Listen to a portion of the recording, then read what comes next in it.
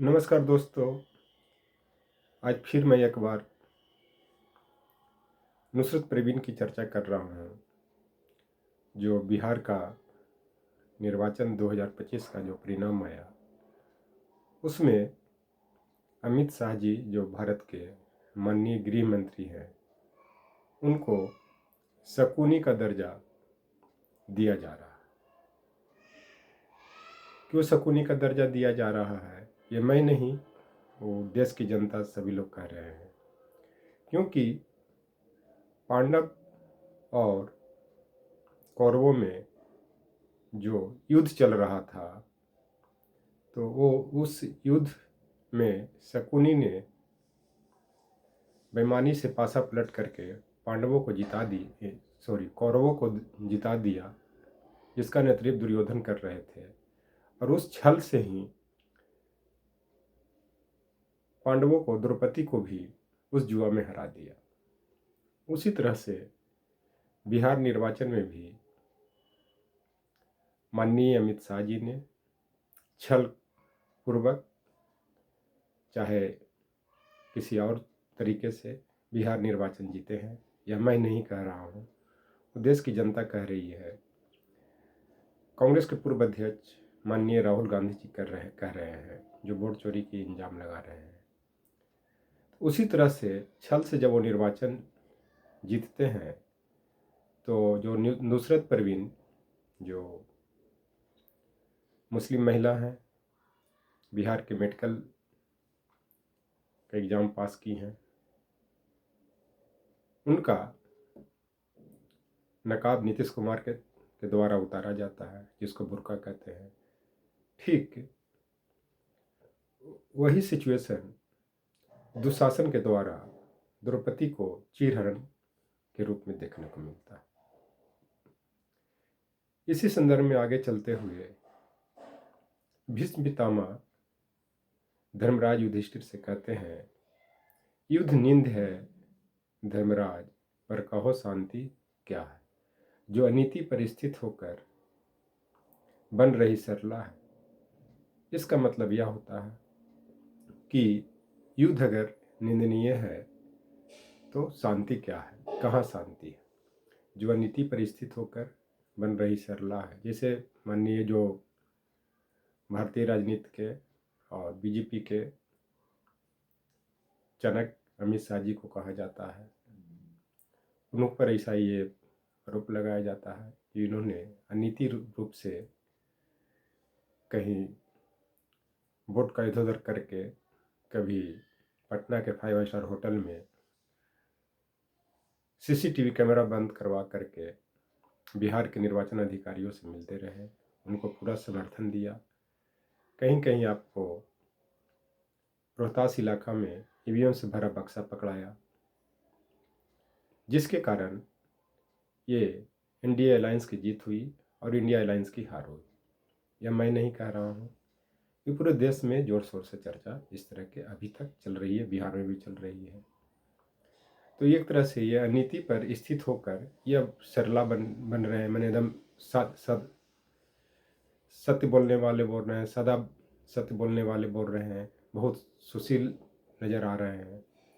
इनको लग रहा है कि मैंने जो कुछ भी किया वो सब सही तरीके से किया। तो जब शकुनी पांडव को हरा देता है पासा के बल पे, तो अंततः दुशासन के द्वारा द्रौपदी को उसके रंग महल से घसीटते हुए लाया जाता है और बीच सभा में चीरहरण करना प्रारंभ करता है। तो वह कृष्ण को आवाज़ लगाती है कि कृष्ण मुरारी गिरधारी, बतावा कहाँ देर कैला तो, आके लाज बचावा अकेले वानी हम। इसका मतलब ये होता है कि ये कृष्ण मुरारी, ये भगवान कृष्ण कहे देर कैला तू, आके लाज बचावा हमार, कि इतना देर क्यों कर दिए, चूँकि अब मेरा चीरहरण होने वाला है, हो रहा है, मैं कुछ देर में नंगे हो जाऊंगा, तो मेरा आकर लाज बचाइए। महाभारत काल में ही कभी द्रौपदी ने जब कृष्ण भगवान के उंगली रथ में चुराया था, तो अपने आंचल के कोर से उनको खून को बंद किया था, उसी समय कृष्ण भगवान ने द्रौपदी से वादा किया था कि जब भी ऐसा सिचुएशन बनेगी तो मैं तुम्हारे लाज बचाने के लिए आऊँगा, जिसका फर्ज कृष्ण भगवान ने उनके वस्त्र का विस्तार करके, साड़ी का विस्तार करके उनका लाज बचाया। ठीक उसी तरह से जब नुसरत परवीन का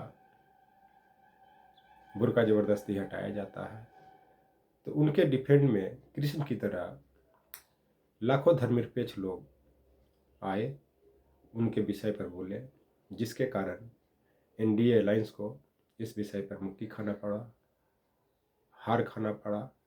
अब सबसे बड़ी दुख की बात है कि इसको ये लोग एक्सेप्ट भी नहीं कर रहे। जो नीतीश कुमार के कारनामा है उसको सब सही ठहरा रहे हैं। जैसे शकुनी ने दुशासन दुर्योधन के जो कारनामे थे उसको सही ठहराया था, ठीक उसी तरह से माननीय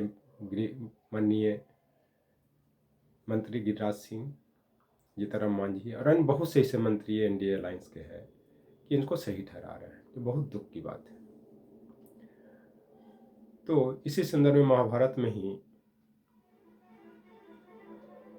भीष्म पितामह युधिष्ठिर से कहते हैं कि आशा के प्रदीप जलाए चलो धर्मराज। ये आशा का जो प्रदीप है उसको जलाए चलो, कभी न कभी तुम्हारा समय बदलेगा। उस आशा के प्रदीप ने ही द्रौपदी को चीरहरण से तो बचाया ही, जो कृष्ण भगवान खड़ा हो गए और आगे के भी युद्ध की रणनीति में पांडवों को जीत मिलती। ठीक उसी प्रकार नुसरत परवीन को घबराने की जरूरत नहीं है, आशा रखनी है कि न्याय मिलेगी। इसके लिए बहुत लोग कोर्ट में मूव किए हैं। माननीय बिहार के मुख्यमंत्री नीतीश कुमार पर कई जगह FIR भी हुई है और होना भी चाहिए, खास करके जब कोई संवैधानिक या वैधानिक पद पर बैठ करके व्यक्ति खुलेआम मंच पर इस तरह का व्यवहार करे तो इससे क्या साबित होता है? जो रक्षक वही भक्षक, सैया भइल कोतवाल अब काहे को डर। इसका मतलब है कि मुख्यमंत्री स्टेट के गार्जियन होते हैं। कोई भी सरकार जहाँ के भी हो, अगर देश के नरेंद्र मोदी जी हैं तो भारत के गार्जियन हैं। उसी तरह से बिहार के मुख्यमंत्री नीतीश कुमार बिहार राज्य के नागरिकों के गार्जियन हैं। लेकिन उस तरह से जो इस तरह का व्यवहार किया गया तो एक तरह से पिता पुत्री के संबंध पर भी प्रश्न चिन्ह लगाता है। जो गार्जियन एक तरह से पिता समान होता है। इतना ही नहीं, अमित शाह जी ने इन पर कुछ नहीं बोला तो भीतर भीतर से वो भी लगता है कि खुशी नजर आते हैं, क्योंकि गिरिराज सिंह या जीतनराम मांझी बिना अमित शाह जी के सह के ऐसा स्टेटमेंट नहीं आ सकता है, नीतीश कुमार के समर्थन में नहीं आ सकता। तो कहीं न कहीं पिछले दरवाजा से उनका सपोर्ट रहा, जिसके कारण उन्होंने इस तरह की बात की और नीतीश कुमार के हरकत को समझिए तो भुला दिया गया। उनको चाहिए था कि तत्काल उन पर प्रेशर बनाया जाता तो मुख्यमंत्री के पद से इस्तीफा दें। और ये पहली बार नहीं हुआ, कई बार निर्वाचन के समय में भी महिलाओं को ज़बरदस्ती माला पहनाते हुए देखा गया, महिलाओं के साथ और गंदे तरीके से व्यवहार करने की गई, विधानसभा में गंदे गंदे स्टेटमेंट दिए गए। तब इससे अनुमान लगा सकते हैं इनको किसका सपोर्ट है। जिस तरह से कौरवों का सपोर्ट शकुनी का था, उसी तरह से अमित शाह जी का सपोर्ट आपको नीतीश कुमार को है, गिरिराज सिंह को है, जीतनराम मांझी जी को है। और जिस तरह के ऐसे स्टेटमेंट दे रहे हैं तो एक तरह से यह फिर कुरुक्षेत्र, महाभारत के कुरुक्षेत्र जो हरियाणा राज्य के में पड़ता है, जहाँ पे महाभारत का युद्ध हुआ था, उसी तरह से यह बिहार में भी यह कुरुक्षेत्र की बिगुल बच चुकी है।